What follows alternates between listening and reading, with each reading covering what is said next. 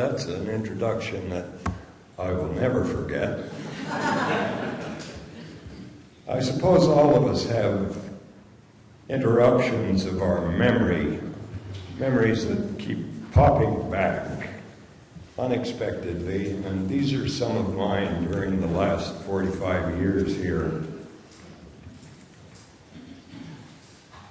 In the fall of 1965, on my very first day, I walked from our faculty home just 3 blocks away from Rockford Chapel on Davis Street to Rockford Chapel, and there at the front door was David Cooter, who called out, "Welcome to Antioch College, Al Denman. I'm David Cooter, and I'm a religion fanatic."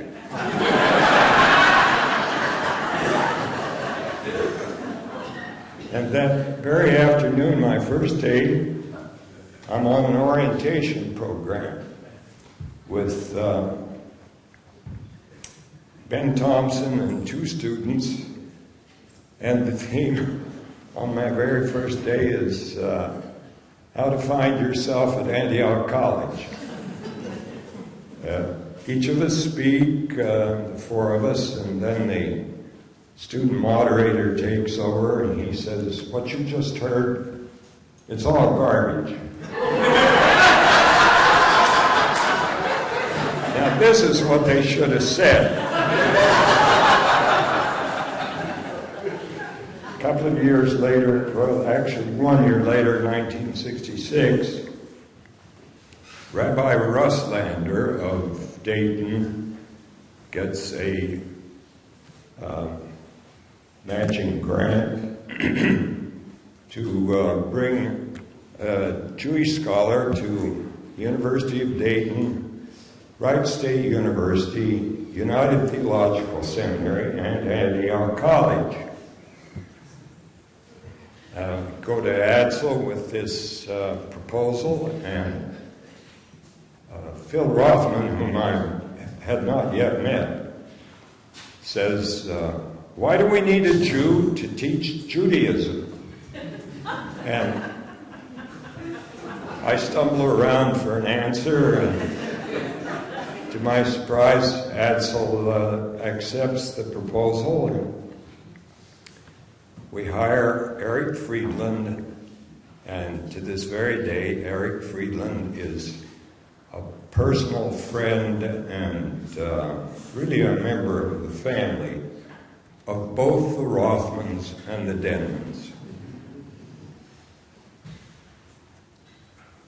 In 1967, as I am driving Arthur Morgan to see Lucy at a care center in Xenia, I say to him, "Mr. Morgan, why does secular Antioch College have a college pastor?"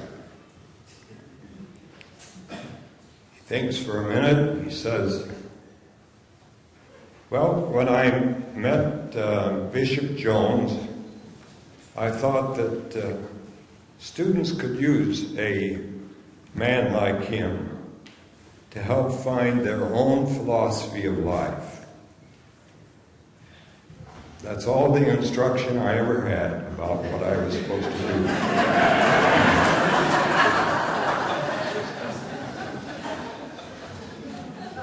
In 1971, I'm the chair of an inquiry commission set up by Adsel to inquire whether President Dixon had the power to fire by himself, without consultation with Adsel, beloved Dean Greenlee.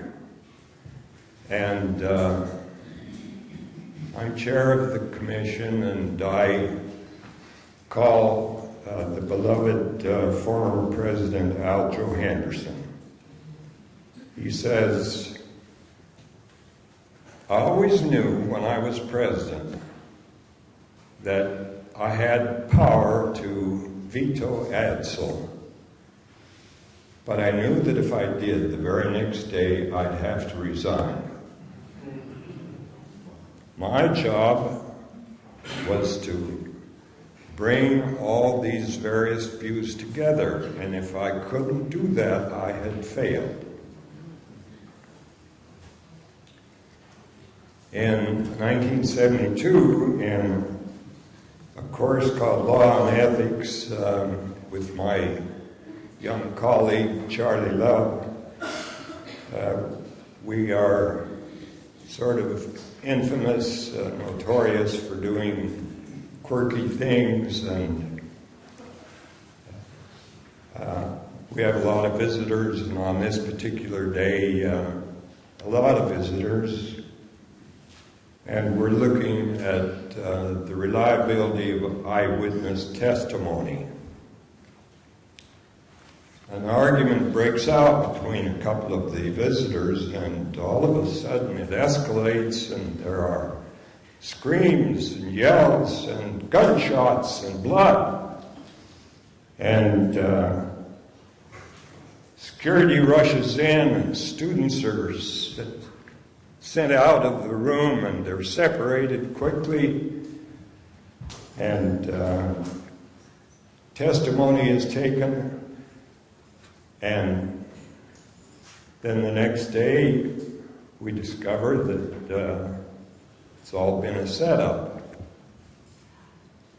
We just put this on as a staged murder, and it was all videoed. And the next session, we showed the videos of the interviews, and then we showed the videos of the murder. Then we talk about it. And the students are astonished. They made so many mistakes. But still, many of them believed that their memories were better than the videos. Well, in 1979, as you saw, Antioch University was insolvent, and we're all on unemployment for 4 years. For 4 months.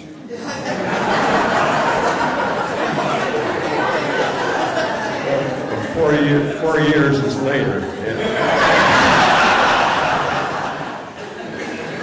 So I spend my time in the county law library doing legal research, and then I do that paper that really didn't go very far on legal means for separating Antioch College from Antioch University. In 1982, 3 years later, I'm doing a course that is my favorite one, Doubt, Belief, and Knowledge. It's on epistemology. We have some really fine, roiling discussions about Robert Pirsig, the author, how, as a graduate philosophy student, he pursues the concept of quality with such intensity that he finally goes insane. One day I enter class late. I do as I usually do. I ask who would like to open the discussion with a comment. There's silence. So I ask again. Stone silence. The third, fourth time. More silence. Not a motion. I am terrified. And I'm beginning to think that maybe I am understanding Pirsig in a way I had never understood him before.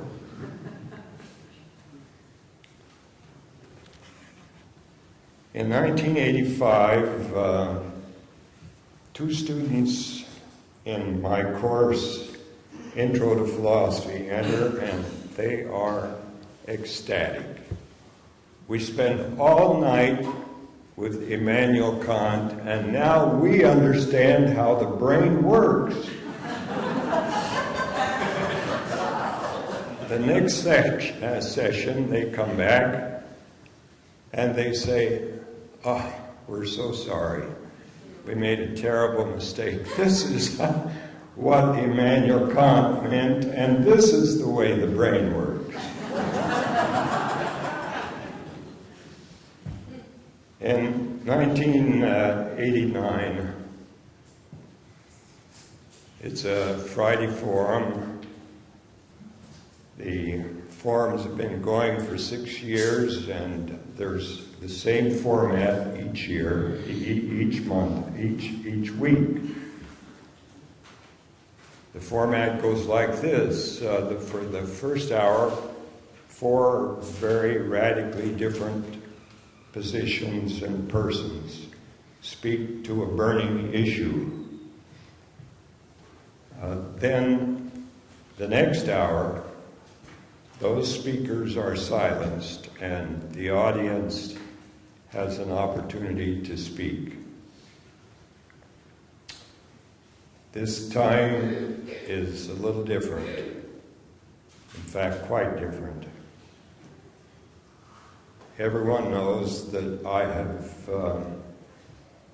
been deliberately building over these years a respect for differences of point of view and a respect for people that we might not want to hear. And I realized that I've pushed it almost to the edge, and I'm unsure. So this week, instead of the 4 people discussing, I asked the question through Jim Malarkey, who had taken over at times when I was unable. Are we prepared to listen to the grand wizard of the Ku Klux Klan and give him full respect? This time, I listen. Everybody in the inn, in a circle, one by one, states their position. There are about 100, and I'd say at least 90% of them say, along with the president, "No, Al, don't do it. Don't do it." There are maybe 5 who say, "Yes, it's very important, and we'll give him full respect." And at least 3 promise that they will kill him.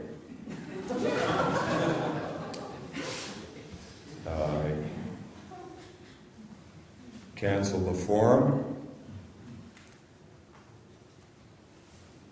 I write the Grand Wizard of the Klan an apology, and I go home depressed.